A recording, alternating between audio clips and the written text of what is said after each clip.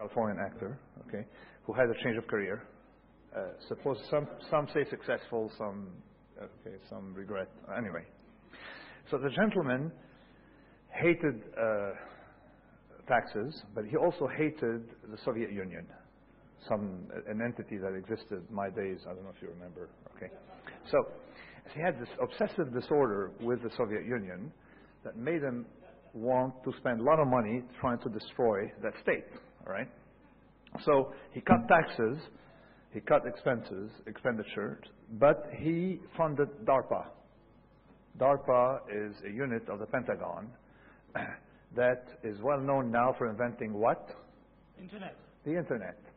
And the Internet, thanks to which, thanks to the Internet I'm here, thanks to the Internet you have Bangalore, thanks to the Internet you have Delhi, you have a lot of things, right?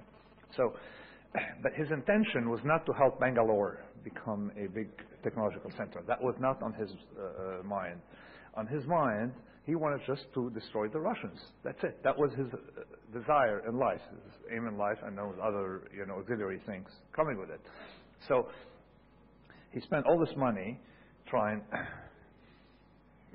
to destroy the Russians. And of course, the first thing it did is help Russian persons with social difficulties find a spouse, okay, and chat rooms. That was not his intention. So I realized what technology is very hard to predict. It's mostly dominated by these unexpected implementations that you don't see coming. And the problem is that you can't predict them, and if you cannot predict them, you can't predict history. So it's so hard to predict history if even those who invent tools don't know what to do with them. Okay? So we live in less charted rules. It's not a problem if you know it. If you don't know it, you got a problem. All right. Which brings me to that black swan, that ugly bird. Okay. Incidentally, let me show you a picture. A lady attended one of my lectures in San Francisco, and she opened a black swan boutique. I don't know if she's still in business. She expect the unexpected, rare fragrances. All right. That's not my idea of the black swan. All right.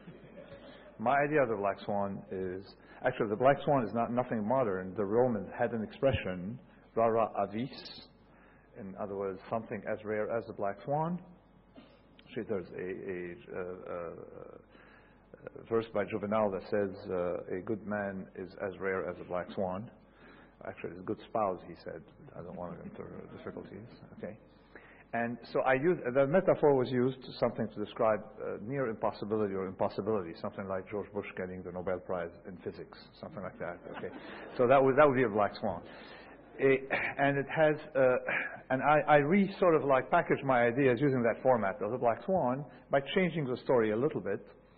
It's not, a logical problem. No matter how many white swan you've seen, it doesn't tell you anything about the possibility or impossibility of a black swan.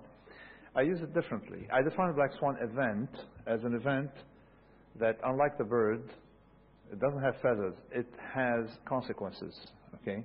An event of massive consequences when it happens. Low probability, like George Bush getting the Nobel Prize in physics, according to an observer.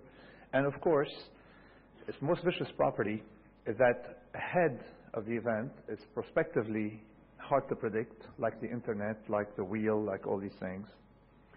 But after the fact, every single person finds it obvious, and of course, they saw it coming. You can see that this is why there's something called the economics profession. We have close to 1 million economists, or people who call themselves economists on the planet. Only a handful predicted the extent of what could have happened. And of course, after the fact, you have people like Joe Stiglitz or Krugman who, of course, saw it coming. All right. After the fact, it's very easy. You remember thoughts in a shower you had that vaguely related to what happened. Okay. So, prospectively unpredictable, retrospectively very predictable. So, and let me now tell you the tragedy of a profession called economics, profession called finance. My problem is that we cannot see these things coming, but we know a lot about which environments are vulnerable to black swans and which environments are not vulnerable to black swan. And you have to do is build robustness. It's so obvious. A cab driver will pick up my point. The problem is once you spend too much time studying, you start losing sight of the idea.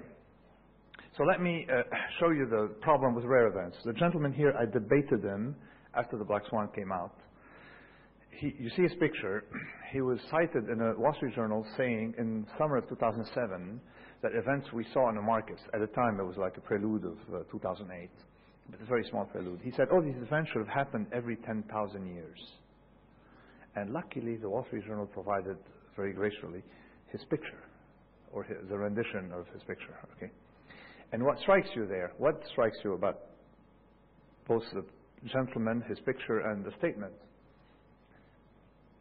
Is that thanks to the Wall Street Journal, we know he's not 10,000 years old, right? He doesn't look 10,000 years old, right? So where's he getting his statement from? A theory. The rarer the event, the more you have to rely on the theory because you don't have enough observation. It's very simple.